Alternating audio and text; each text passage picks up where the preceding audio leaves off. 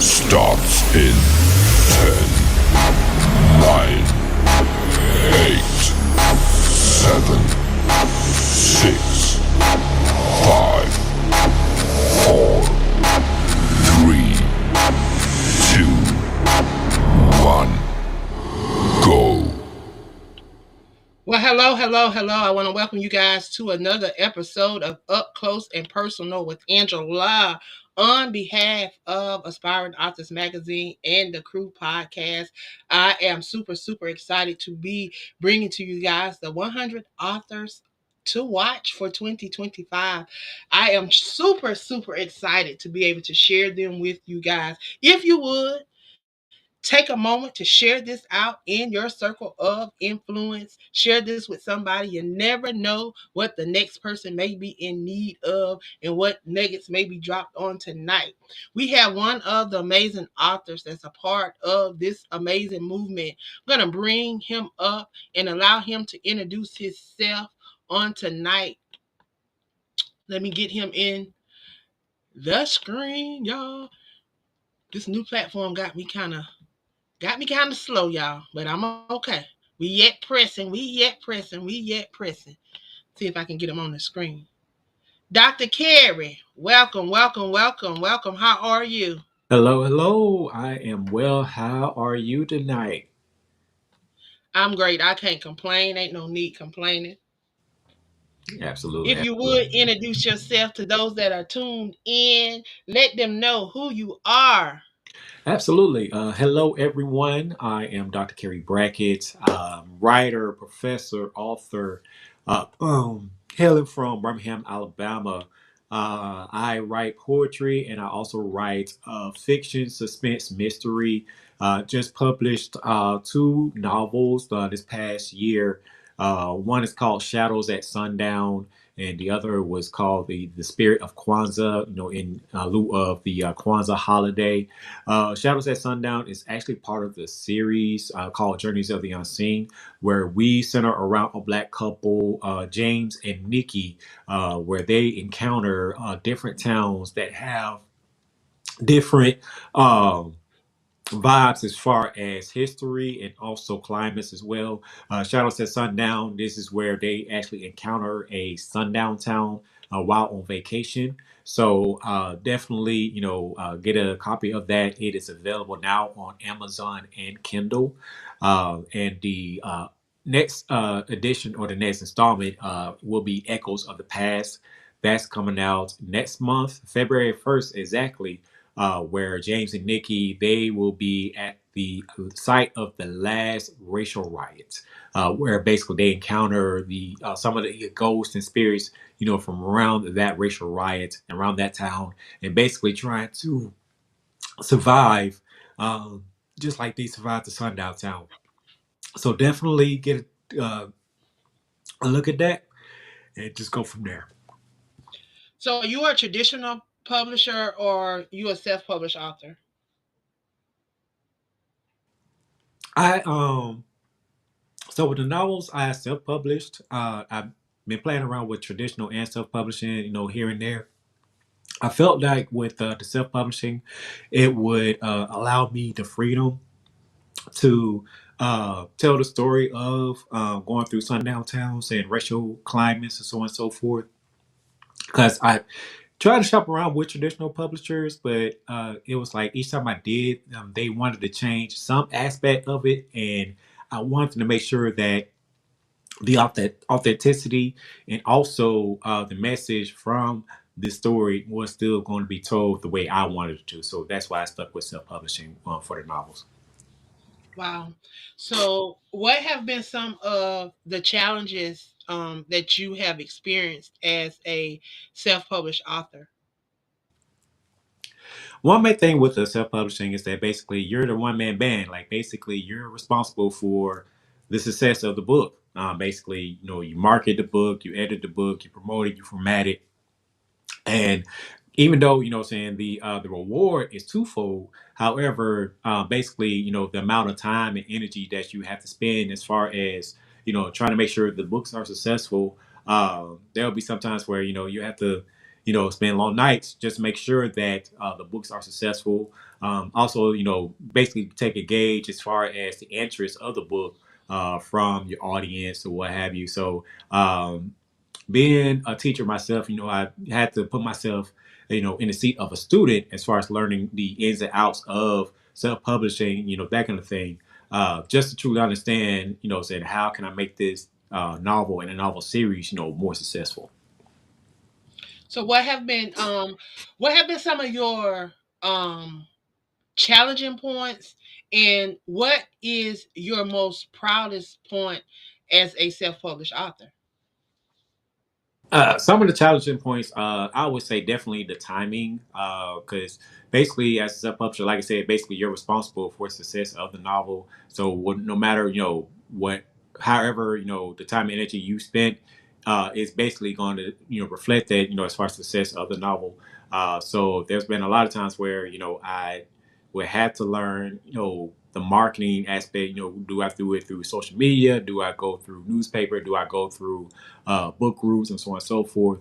It's just basically learning more on gauging the audience. How can I utilize these channels to make sure these books are actually being reached to different audiences and so on and so forth. I have them both available both on Amazon and Kindle, and what I've noticed was that I've had a lot of success selling the print option, but as far as Kindle, uh, I was quite surprised knowing that there's not a lot of people that actually use Kindle.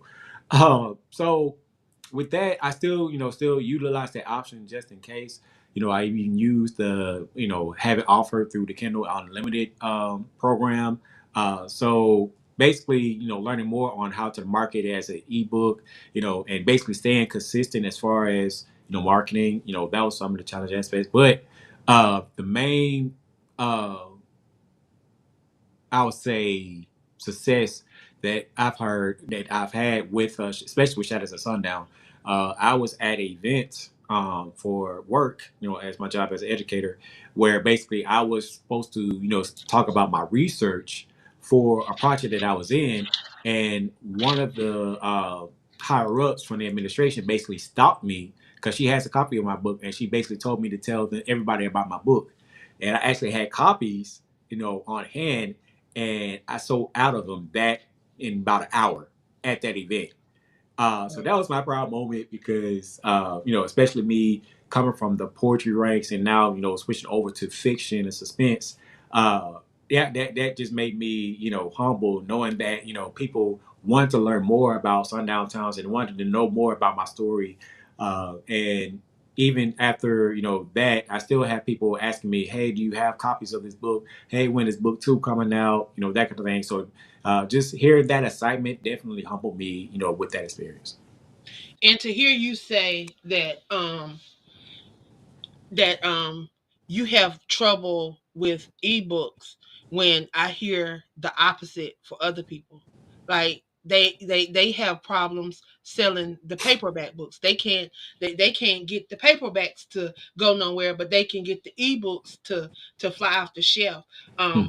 Where your particular group leader for the 100 authors movement, she's a librarian. Hmm. She works at one of the libraries in Charleston, and she loves ebooks because while she's sitting at those desks, she can be reading those books. The books can be reading to her. So she loves ebooks, and what I've come and I've been telling a lot of we gonna have to work on some stuff with you with the ebook so we can get your ebooks to going, Hmm. because if you can help us share how you got your paperbacks to flying off the shelf with the group, then yeah. See, that's what I'm telling people. If there's somebody over here that is good at one thing, and then there's somebody over here good at something else, and if we can come together, then we all can sell some good books. Absolutely. We all can rank up, because we've had people say that they can't get a paperback book to sell off the shelf, but they can sell and get people to buy the ebook. So Hmm. I'm definitely glad to have you in the fold to be able to share your insights and the information that you have um utilize, and the things that have worked for you. They may not work for everybody, but Sure. at least we'll have that nugget. We'll have that insight that has worked for you. So thank you for sharing that on tonight. I want to know, on this journey, where did you find that discover that niche, that where you felt like you were truly writing and expressing Dr. Carey? Oh man. I would say when I made that decision to, start exploring other genres, because my first love was basically poetry. When I went to grad school, you had to train in two genres. So my first genre was poetry, and I obviously the second was fiction. And a lot of my homework assignments, from the fiction classes, what I'm saying, basically, I had professors say, "Oh, those are great stories," or "That's a great, viewpoint," and so on and so forth. But even after that, I basically sat on those stories. And recently, I was, taking a reflection of myself and then thinking, okay, what can I do now? I've got the awards. I've, performed this, this many times. I've been, widely recognized as a poet. What else can I do? And someone just hit me. It's like, wait, I got all these short stories. I've got all these opportunities to, publish, short stories or fiction. So I started, investigating, different avenues as far as small presses, anthologies, and so on and so forth. And once my first and second short story got published in anthologies, now I started looking at, okay, let's look at the possibility as far as doing novels, that kind of thing. And once I started with Shadows at Sundown, uh, I realized that with my voice, because I'm always a fan of becoming a voice for our culture. Mhm. And me coming up from Birmingham, Alabama, uh, obviously the history as far as like civil rights movement and so on and so Mhm. forth. We've been widely recognized by that, but we still have towns in the state that are recognized as sundown towns. Case in point, there is a sundown town that is literally not even an hour away from our location. Uh, they recently was trying to do an attraction, trying to recruit, well, trying to basically get more people of our community to come, celebrate the holidays and so on and so forth. And they got a lot of backlash because that city still is widely known as a sundown town. So it's like, oh, you can celebrate the holidays, but until the sun sets. So it was like basically uh funny that said they had that concept. So when I released Shadows at Sundown, that was when the backlash happened. And what was even more interesting was the fact that I had basically published a TikTok talking about the irony of Shadows at Sundown and how it was going on around the same time where this actual town in Alabama was getting the backlash as far as trying to rewrite the wrongs of their history. And I actually got responded to by uh, a bigot, if you will, basically saying how I'm still talking about the same thing, that I'm pushing a certain narrative, and quote, this was the funniest quote, that I was the author for the Book of Shame for white people. And it shocked me because I was like, wait, what? And, the more and more I heard about it, the more I was listening to it, the more I was like, oh, I touched a nerve. Oh, I know. If I, say like Hmm. my mentor always say all the time, say if people are not talking about you, you're not doing anything. So for the fact that somebody That's it. responded to this, that means I'm doing something. So with that, uh, me being myself and me being passionate about our culture, that kind of thing, I took it as okay. Now I'm doing something. So now I got to go even further just to make sure that our stories are being told. Just so that make sure that saying our culture is still being recognized and still being promoted. Saying amongst the literary community. Wow, that's amazing. That is so amazing. I'm glad that you are attached to this movement. I'm excited about the perspective that you can help bring to this movement. Just seeing um, brown authors to be able to come together and to share their different perspectives, and their different insights on the different experiences, the different things, because they're taking everything away from us. They're taking Hmm. everything out of the school. They want to take our history away. They want to take those things that define who we are and Hmm. are helping us, still find out who we are. Because wow, thank you for what you're doing and for allowing your voice to be heard. um what are some things that you would like to take away from this movement? Oh, absolutely. Obviously, the networking part, like you said, you just hit it on the head as far as being in this community of other brown authors, saying basically hearing the different perspectives from different genres, fiction, nonfiction, self help, mysteries, or so on and so forth. Just hearing, the different perspectives from the different genres, while at the same time, we're coming together to see, okay, what issue that we got to talk about, that we got to promote, to make sure that it's being promoted while it's still still creating awareness for as far as our community, because like you said, there there's a lot of gatekeeping as far as us. Think about it. You go to the Books of Millions, or your airport bookstores, and so on and so forth. you know a lot of our books are either on the bottom shelf or hidden, in a Hmm. way that you can't really reach it, or even Just take it a ain't step there, further, huh? or Or they even just take not there. they're just not there. No, absolutely. And especially, saying for those of us that, even going through the traditional publishing or even the self-publishing ranks, uh, there's still this perception. I don't know why, but it's still this perception that, that our community don't like to read.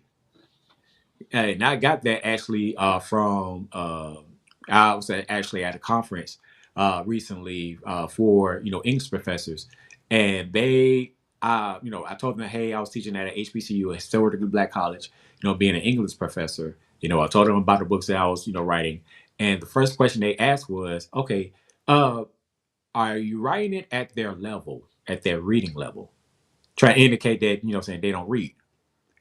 And it shocked me, but it didn't shock me, just because of the fact that there's still this, you know, uh, I don't want to say, how do you want to say, like, perception, or this uh nuance, as far as people automatically assuming that we don't read, or we don't like to read, that kind of thing. When in actuality, that's the total opposite. To think And it's about so all the book, crazy. But yeah, it's so crazy because if you go back and you really look at history, who you think taught all of those other kids? absolutely, Our absolutely, ancestors, our ancestors. mothers that were the house moms. They Hmm. were teaching those kids how to read because their Hmm. parents sure wasn't doing it. Right, right, So absolutely. that perception there is just, yeah, that if you put it in a book, they'll never find it. Find it. Yeah, Hmm. that's been their perception for many years. But lo and behold, we do like to read. Oh yeah, absolutely, absolutely. And then on top of that, especially with I can tell you, like, how many of my especially my family members, or even my friends, like, they brag about their libraries. And said, we even have conversations, so like, hey, have you read this book, or have you read this book, have you read this author, have you think about this perspective, that kind of thing. Like, we're even working on, at the school that I'm teaching at, we're actually working on the 10 books that you have to read as an HBCU student. Like, what books that you have to have in your library, saying, being part of this community. We were talking about the likes of Carter G. Woods, and Toni Morris, and the late Nikki Giovanni, and so on and so forth. Because there's different viewpoints that we have to consider, while at the same time, thinking about the issues that we have to uphold, or that we got to talk about, just so that we can learn to advance as a community. In our nation. Exactly. Well, I tell you, this has been amazing tonight, and we're definitely going to have to get together, and talk more because we need to see how we can bring this movement to Hmm. Birmingham. Absolutely. and Absolutely. how we could impact the community, and more HBCUs. We definitely need to see how we can get involved and get some of these authors' books in some of their libraries Hmm. and different other things. So Absolutely. I'm excited about 2025. I want you to share with the listeners. I heard you mention that you have some new projects that you're working on and some new projects that you have coming out. What can we expect for 2025? Oh man, 25, it is going to be the year that you fully see, you know, the plethora of Dr. Kerry Brackett. Like I said, the Journeys of the Unseen series, book 2 and book 3 are going to come out. Book 2 is Echoes of the Past. This is where James and Nikki will be at the site of the last racial riot. And then book 3, the final installment, will be Light on the Horizon. That's coming out in June. This is where James and Nikki will be at the Civil War site. But here's the kicker: James will find out that his ancestors fought for the Union in the Civil War, while Nikki will find out that her ancestors fought for the Confederacy for the Civil War. And they will encounter their little spirits and so on and so forth. And then their relationship will be challenged because of the fact that, you know what I'm saying, it's not uncommon where you had blacks fighting for both sides in the Civil War. So how do you, address that in modern times? So that series, will be complete in June, and I even published a Juneteenth story called "Whispers of Juneteenth." This is where a black historian, will encounter his ancestor, who was one of the first to celebrate Juneteenth. That's going to come out actually on Juneteenth. I'm definitely excited about that, and that's going to be on Kindle as well. And then I am going to switch uh, viewpoints, if you will, in July with my Echoes of Valor series. Echoes of Valor basically centers around a black veteran. He served in the Navy. He was the last survival of one of the ships that actually suffered from the War on Terror. And basically, you're going to center it around basically his uh, upbringing and his journey, basically overcoming, the PTSD, the doubt, self doubt, basically his inner battles as a black veteran, so on and so forth. So that first book, The Memory of Thunder, that will come out in July, and then also in November, the second book, The Echoes of War, that's going to come out with that. And I even coming out with a short story collection. Which is going to be a series of suspense stories, ghost stories, and so on and so forth, basically called When the Ancestors Whisper, Tales of Suspense and Mystery. That's going to come out in October. The reason I come up with that, which is basically to bring different perspectives as far as, what would happen if we actually learn what the ancestors are thinking, or, how they encounter, modern times. Basically, and this book actually came from a dream that I had, basically where I was at this dinner table, and everyone that was around was either a past loved one or an ancestor that I learned about. And basically, they was offering like words of encouragement, or or different perspectives, that kind of thing, or just definitely, questions that they had about why the community has turned this direction, or why we stopped, pushing this issue, that kind of thing. So, taking that experience and putting it into a book, that was, a great experience. And it was actually challenging because, you're thinking about, the different issues and the different concepts. What do we want to include into a book? And I didn't want it to put too many in there to actually lose interest. So it was like basically I had to pick like the top 10 to 15 uh, topics to talk about. Uh, Mm. so to include in this collection. So I'm definitely excited about that. Um, and like I said, this year is basically showing flexing the plethora of my pen, as far as suspense and mystery, different viewpoints as far as black veterans and Civil War, and racial riots and so on and so forth. So, with that, I'm definitely excited about 25 and definitely look out, for these releases this year. Well, I'm definitely excited for you in the work that you're doing and the perspective that you can bring to the 100 authors movement. For that author or for that aspiring author that may be losing hope or think that their voice is not as loud or their light is dimming, what would you say to them to encourage them to stay on the journey and to keep penning? Basically, that this is a journey, not a 40-yard sprint. And I say that because obviously, this is one of those journeys that, you know, there's going to be ups and downs, but as long as you keep going, saying you're going to reach your destination. And your story is going to touch someone, whether it's one or 10 or even 100, it's going to reach someone. Uh, and so basically, as us writers, we have this gift to actually put thoughts and feelings onto paper, actually make it make sense, to be able to communicate our feelings, our issues, or what have you. Just keep going. Somebody's going to see your book, somebody's going to see your writing, and they're going to connect with you. And basically, as long as you keep going, as long as you, keep writing, someone is going to, connect with your writing and they're going to be inspired. They are going to, you know, consider your viewpoint. They are going to adopt, your voice. So just keep going and never give up.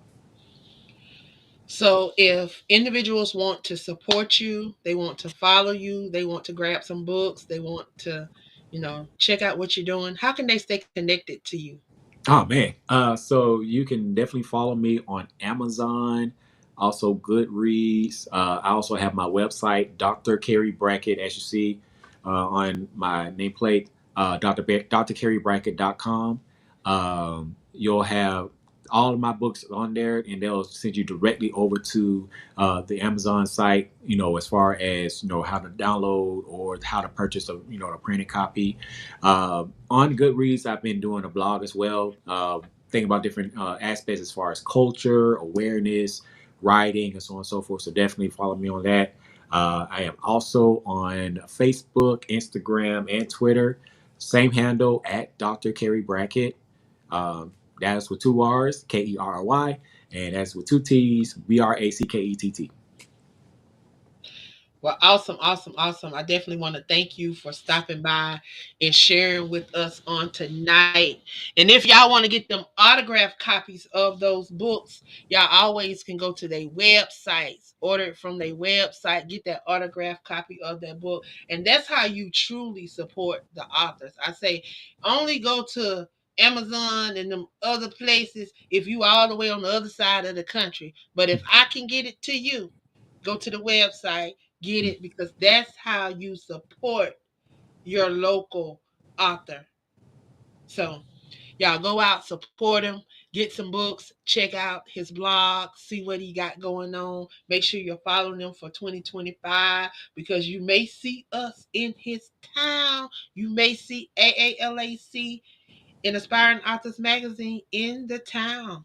So again, I want to thank you, Dr. Brackett, for stopping by and sharing with us on tonight. Before we leave, I always ask my guests to share something positive and encouraging to leave those that are tuned in um, encouraged and wanting more, so they'll go follow you. Absolutely, absolutely.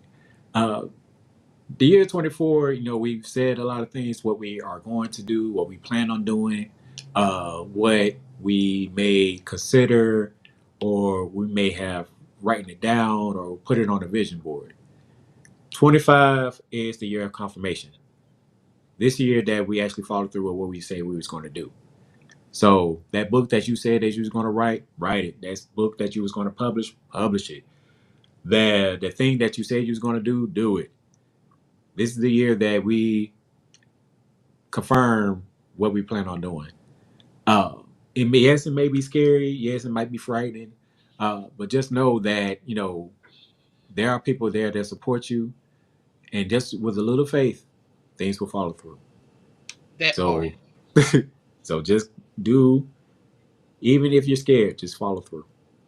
That Just with part. a little faith. And that part. Right there. I'm telling you, you dropped some nuggets on today. I hope someone tuning in have been blessed. Before we go, I have to give you some love before we go. Okay. Give some love, y'all. Clap it out, clap it out, clap it out. Let's show him some love. Let's go on and clap it out. Clap it out. Thank you. We appreciate you so much for being a part of the 100 Authors Movement. I hope you guys have enjoyed it on tonight. Please join us back here tomorrow night. We're going to have 6 more amazing individuals stopping by throughout the day on tomorrow, y'all. I tell you, I have truly been blessed by these amazing authors. You're going to have an opportunity to go over, follow them on Facebook. We have blogs up of them. If you've not checked out our U42 page, go over and check it out. They have some clips, they have pictures, they have full videos. All I'm telling you, you're gonna really get an opportunity to know who each and every one of these amazing authors are attached to the 100 Authors Movement. If you are an author and you're not attached, I want to encourage you to get attached because you're missing a great opportunity to connect and collaborate with some amazing like minded individuals. Y'all be blessed. Have a good night.